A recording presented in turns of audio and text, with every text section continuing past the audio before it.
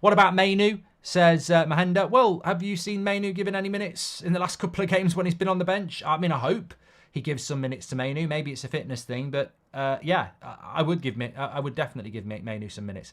Right, maybe we can come back to that. Let's talk about the title, Sancho dream move. Some of you might have seen some stuff today, but effectively what we're getting here is quite a wide selection of stories around Jaden Sancho. It's an international break. Man United aren't playing games. Surprise, surprise, stories surface in relation to Jaden Sancho. And of course, as well, this international break is very close to January. It's literally, 6 weeks till January now. That is the first opportunity for Sancho to get out. It's the first opportunity for Manchester United to remove him. So what are the latest stories? Well, it started with Matt Law in the Telegraph saying this morning that Jaden Sancho and Richarlison are targets for Saudi Arabia in the January transfer window.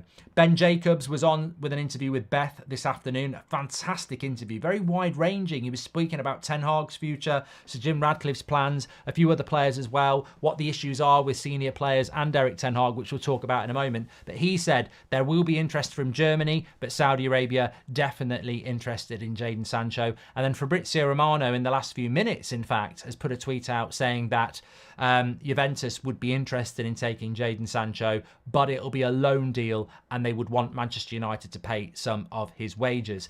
The sad thing with this is, and I think we've seen evidence of it, and this is, I said it a couple of days ago, when Sir Jim Radcliffe takes hold of the footballing side, I think the way that Jaden Sancho is dealt with is going to be numero one for him, but it's also going to be the very first indicator of how he does. He can't get that right. He can't get that wrong. He can't get that wrong. He has to get it right about Jaden Sancho. And if he gets it wrong, then we'll all look at it and go, what a crap start to Sir Jim Radcliffe's start at Manchester United. Has he got teeth, or is he a basking shark which don't have teeth? And what I mean by that is, this is the first thing that Sir Jim, as a football controller, with Sir David Brailsford and whoever else is going to come in, this is his first challenge. What will he do? I mean, he might say, I want him to stay. He might let him go on loan and pay his wages, or he might say he might get him sold to Saudi Arabia, which I think is the favourable choice for everybody. I mean, we probably get 40, 50 million quid. We get rid of him permanently. We move on. I think that's the best for Ten Hag. It's the best for the fans. It's the best for Sir Jim. It's the best for the Glazers. But is it best for Jaden Sancho? And I don't know is the honest answer to that. It's a dream move for Manchester United to get money for Jaden Sancho and get him out of the club. But I don't know whether that's going to happen. And sadly, I think this will be the indicator of how powerful Sir Jim is going to be at the club, because he's got to come in and get rid of him. And he's got to come in and get rid of him for money. But if Jaden Sancho says, I don't want to go and play in Saudi Arabia, I want to go and play in Italy for Juventus, or I want to go back to Dortmund, then what are we going to do? Dortmund cannot afford him. We'd have to pay his wages. Juventus cannot afford him. We'd have to pay his wages. So United have got a viable option where they can send him to Saudi Arabia, sell him, get money and move on.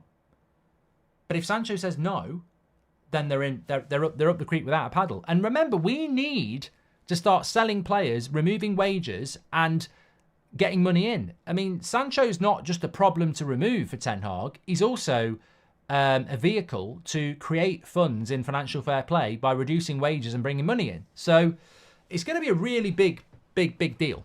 And I just don't know which way it will go. And I suppose, really, it comes down to what Jaden Sancho wants to do, because you can't force him to go to Saudi Arabia. I mean, I personally think he should go. I think he should go. I think he should go to Saudi Arabia because he'll earn 600-700 grand a week in his pocket, double his money, playing with some really good players in a really exciting league. You know, I'm trying to sell something I don't watch here. But no, I can see the attraction of doing it. But then he might feel that he doesn't want to do that. But I think that's contradictory in a way.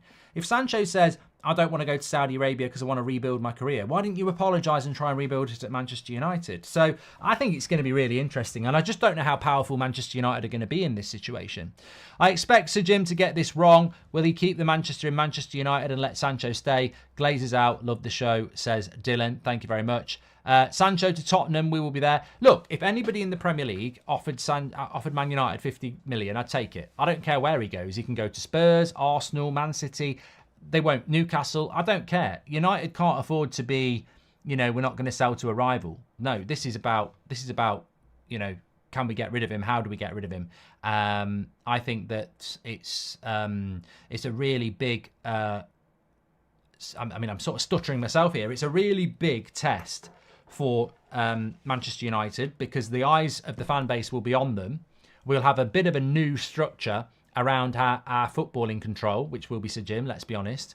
And if he ends up going on loan and we pay half of his wages, we look absolutely weak. And it'd be interesting how it works out. Christian is celebrating the United Stand community. He loves this channel. Thank you very much, mate. Yeah, fantastic community.